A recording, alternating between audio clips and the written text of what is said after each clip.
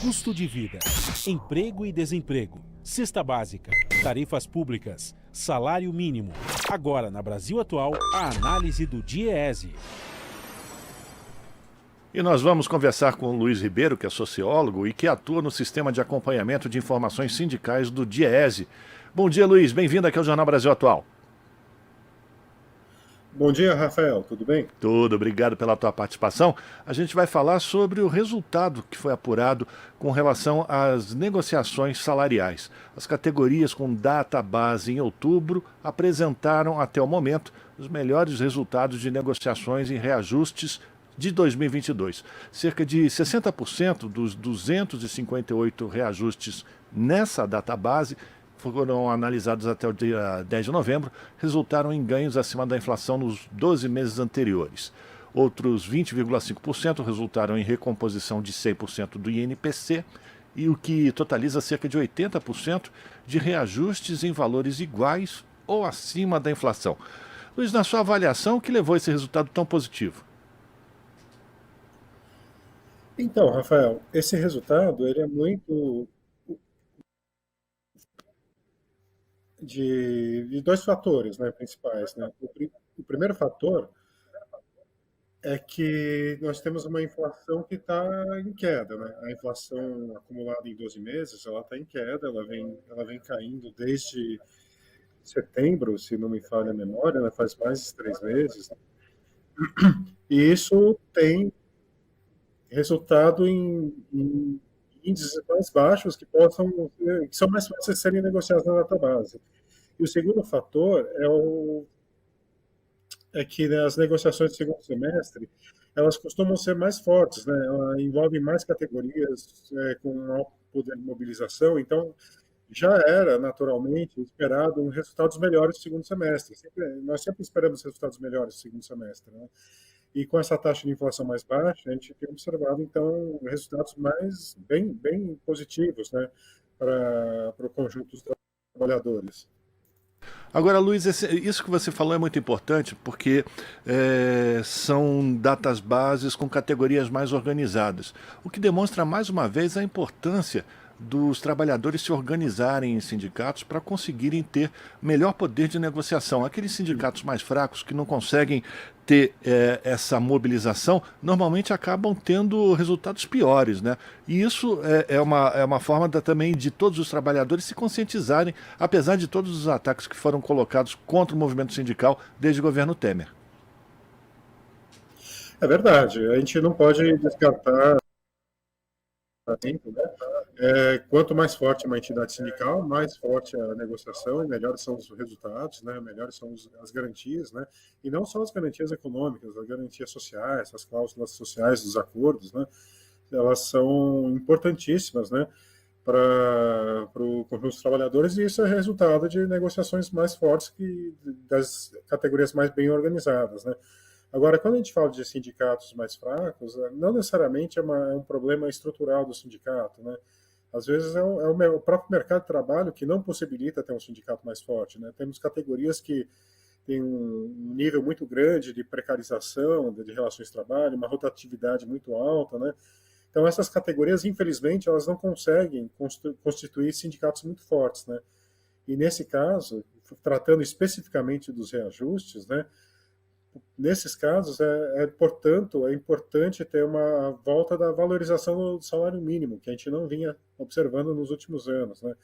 Com uma política de valorização do salário mínimo, essas categorias que têm menos poder de mobilização, por fatores esses que acabamos de elencar, essas categorias elas acabam sendo positivamente influenciadas, né, pelo aumento do salário mínimo.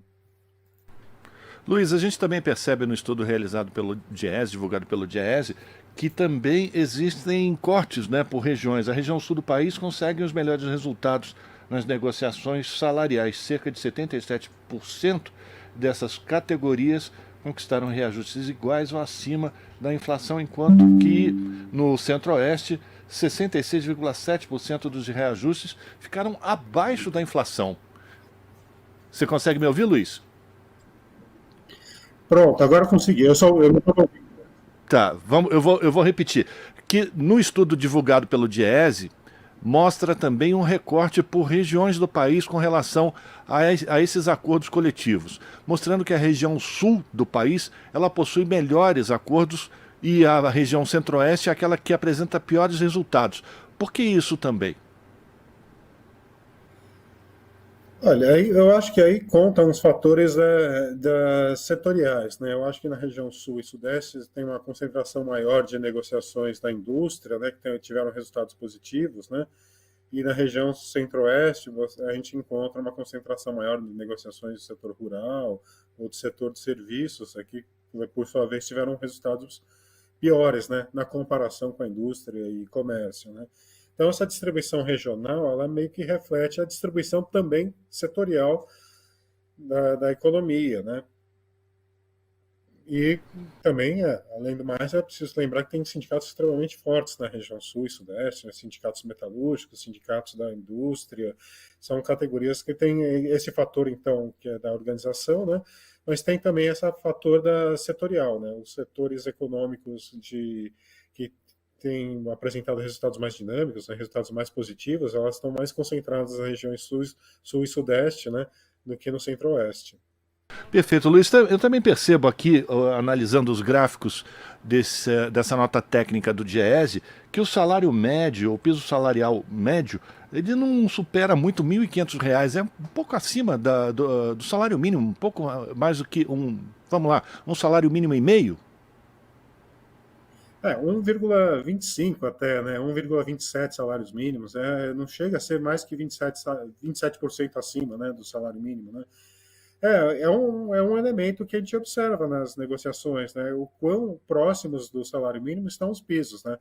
É preciso lembrar que esses pisos que nós computamos, né, são os pisos de salário de ingresso, né, para as funções de menor qualificação, né, que é o que a gente costuma utilizar. Então, esse aí é o patamar mínimo mesmo para as categorias em geral.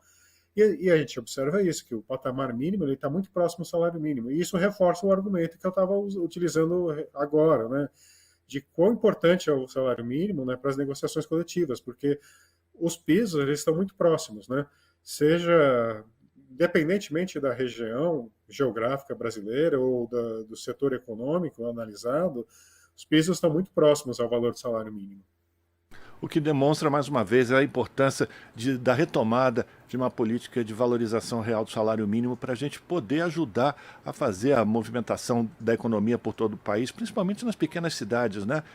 Aquela economia que fica muitas vezes escondida, né, dos grandes centros urbanos, mas que é fundamental, essa capilaridade do alcance do salário mínimo, né? Exatamente, é essencial, ele é essencial para a negociação coletiva, ele é essencial para a questão da capilaridade, que você bem apontou, e ela é essencial para a gente entrar num ciclo virtuoso, né, de crescimento econômico, né? Ao aumentar a renda do trabalhador, você aumenta a demanda por produtos, aumenta a produção, aumenta o emprego, então a gente entra num ciclo virtuoso, ao contrário de quando se adota políticas recessivas, né, como redução dos salários. Então, a política de salário mínimo tem efeitos muito positivos, não só na negociação coletiva, assim, de imediato, mas também como um fator que estimula o crescimento econômico e a geração de empregos, né? Perfeito. Quero agradecer a participação do Luiz Ribeiro, sociólogo, que atua no sistema de acompanhamento de informações sindicais do DIEESE, falando com a gente aqui sobre as categorias com database em outubro que apresentaram os melhores resultados nas negociações de reajustes salariais no ano de 2022. Luiz, muito obrigado pela tua participação, um abraço para você e a gente volta a se falar. Obrigado, Rafael. Um abraço.